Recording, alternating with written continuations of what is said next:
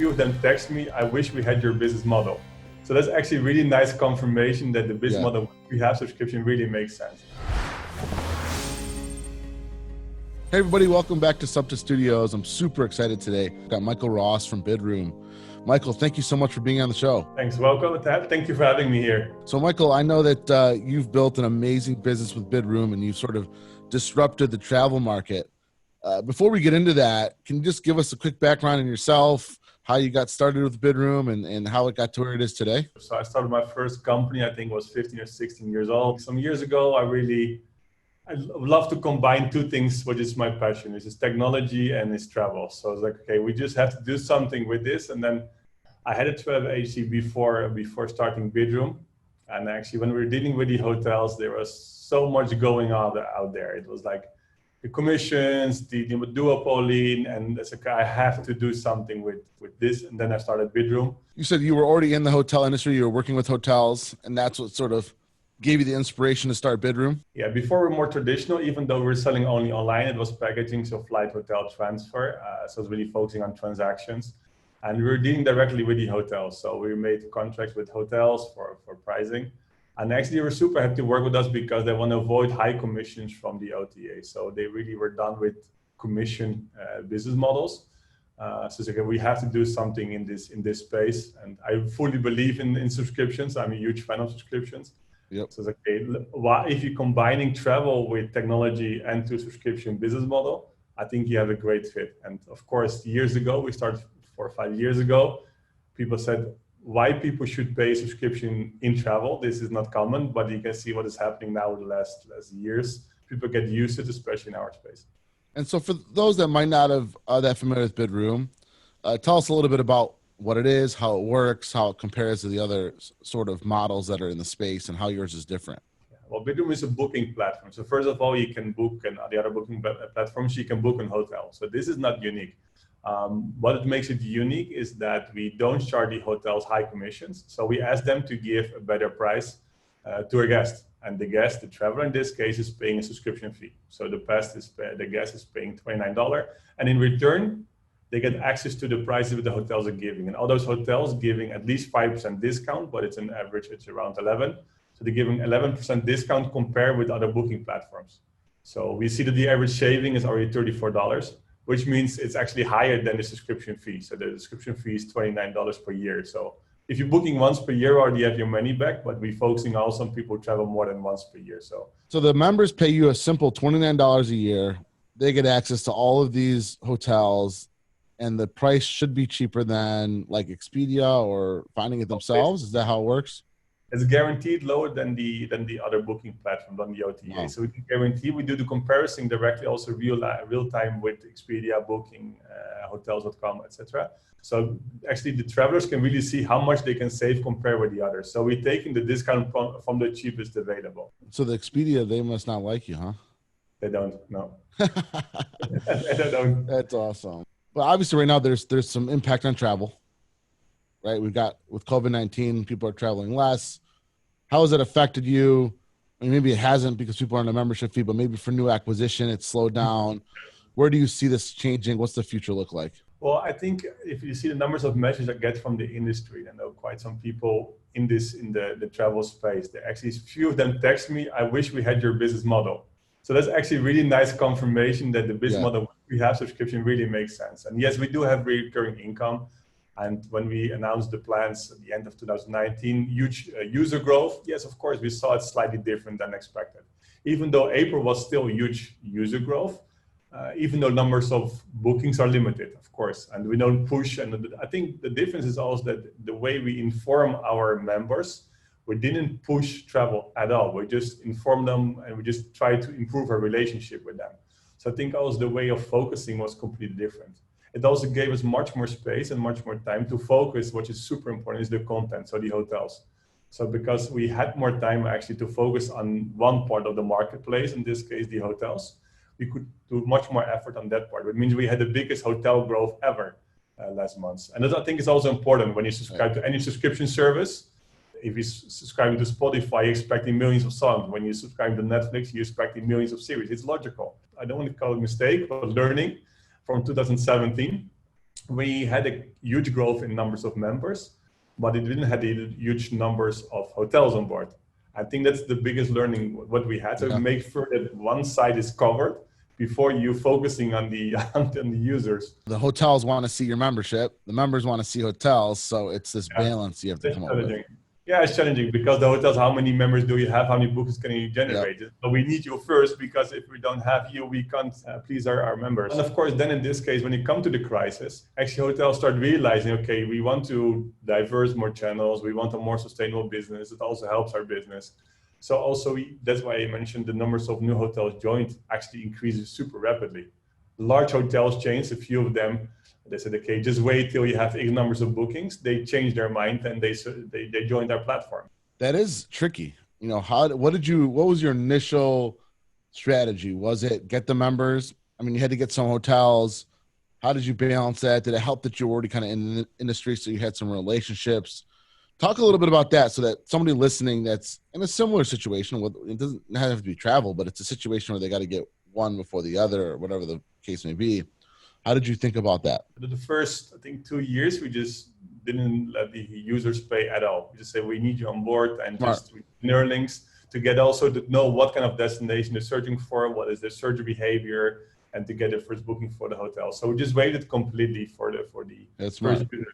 And still the ones who joined in the previous phase, or in the beginning, they still don't pay because they helped our business grow. So we're happy with them. So it's not, okay, 2 years later, we're doing well. We have 150,000 hotels. Now we're going to charge them. No, those ones who I think this is also loyalty. And I think loyalty is like super connected. It goes a long way. They tell their friends about it. Yeah. Of course. And they keep saving, even though they don't pay for the membership. They're still telling their friends and family, you should join it because you're saving, and your first booking is your back.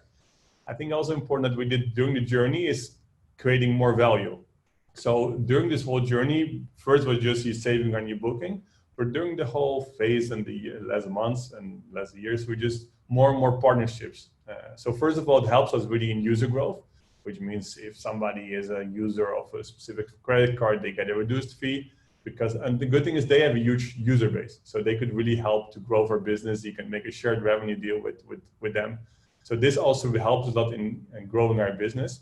But second of all, we also ask them for benefit for our members. So for example, one of the biggest car rental companies, they're providing 15% discount on car rental. We don't make any money on those transactions. We just provide them a specific code and they can use it. So I think constantly adding value to your proposition, to your membership, also really help you to keep them engaged and to keep them loyal to us. Because of course, churn is something which you want to have as small as possible.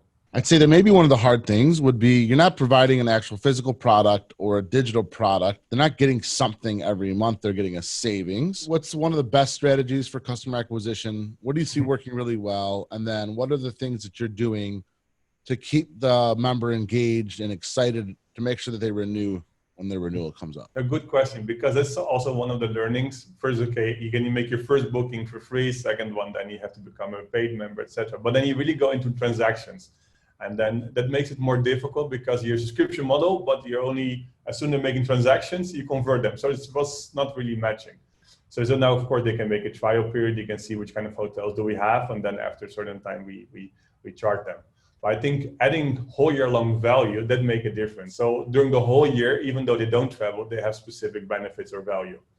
So I think that also really helps to give a full year benefits from the membership, in case only when they travel twice a year, and that's it. Otherwise, you still go really into transactions, which you want to avoid. Let's take a quick break. Our partners really help make SUBTA grow, and they're big supporters. So we're going to take a quick second and thank one of our partners. Octane AI is the leading Facebook Messenger and SMS platform for Shopify merchants and direct-to-consumer brands. Octane AI enables you to automate your SMS and Messenger marketing campaigns under one roof, with an 80% average open rate on Messenger and over 95% through SMS. With Octane AI, you can acquire more customers by running conversational Facebook ads, recover lost sales with pre-built flows, run robust marketing and retargeting campaigns, and automatically answer up to 99% of customer support questions. Octane AI is also the most integrated Messenger and SMS app that has turnkey integrations with Klaviyo, Yotpo, Privy, Just Uno, Smile, Recharge, and more to help you improve the effectiveness of your entire tech stack. Start a 14-day free trial by requesting a demo at octaneai.com or visiting the Shopify App Store and searching for Octane AI. This virtual event is a celebration of those amazing things that these companies are doing. From acquisition to retention, Over 100 different suppliers. you're going to get tips and tricks you won't find anywhere else. Network, share ideas, and build your business. You need to be at Subscription Innovations. It's absolutely free to attend.